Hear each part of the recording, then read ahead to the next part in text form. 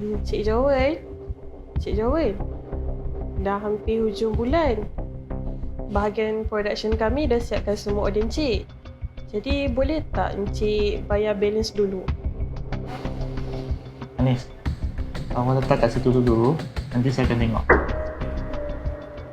Cik Joel, tolong tengok sekejap. Saya dah banyak kali datang Cik Joel, tapi Encik tak ada. Awak tak nampak ke saya tengah sibuk? Saya sign kontrak dengan harga serendah macam ni dulu sebab syarikat Evo ni jenama besar. Macam mana awak boleh tak tepati janji? Awak pun dah cakap, syarikat besar macam kami, mana mungkin tak mampu bayar awak. Saya dah cakap lagi 2 hari. Kalau awak masih buat kacau, saya settle balance awak paling last. Percaya tak?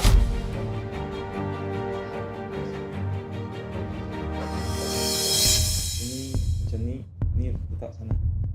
Bos Evo, Cik Joel. Anis, saya dengan Bos Ivo tengah sibuk. Jangan risau, lagi 2 hari saya akan settle bayaran awak. Awak tunggu saya kat luar dulu. Anis, bagi saya tengok kejap bil awak.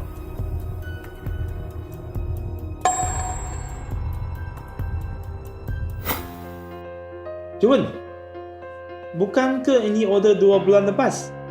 Kenapa sampai sekarang belum settlekan untuk mereka? Bos Ivo, baru-baru ni saya sangat sibuk uruskan settlement tahunan syarikat. Lagipun sebelum ni Anis tak pernah cari saya. Saya hampir terlupa pasal hal ni. Maaf ya.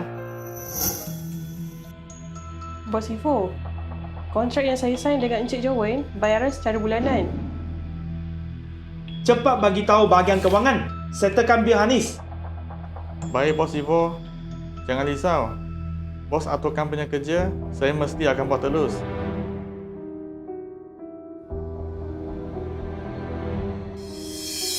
Anis, saya tengah meeting dengan Bos Ivo. Kenapa awak masuk?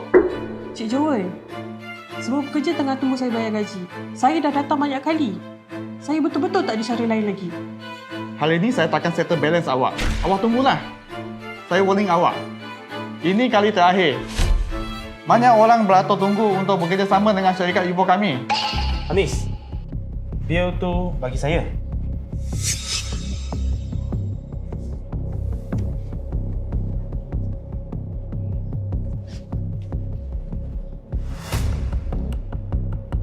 Winnie, tolong settlekan balance Anis.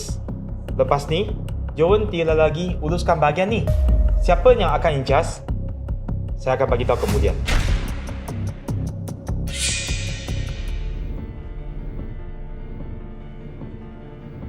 Awak pergi settlekan bil ni dulu.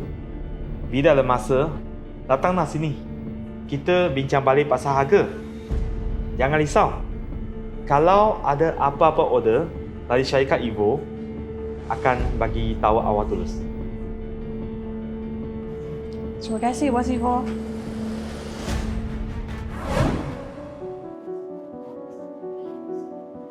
Bos Ivo, apa masalah awak? Tak ada maksud lain. Awak tak sesuai dengan jawatan ni. Tolong buat serahan kerja. Mulai bulan depan, awak tak perlu datang lagi. Bos Ivo, lain kali saya mesti akan beri perhatian. Tolong bagi saya satu peluang.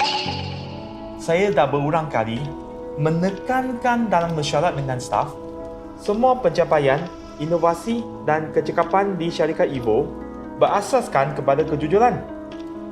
Kejujuran adalah asas bagi sesebuah syarikat untuk bertapak dan juga asas bagi seseorang individu untuk berdiri teguh.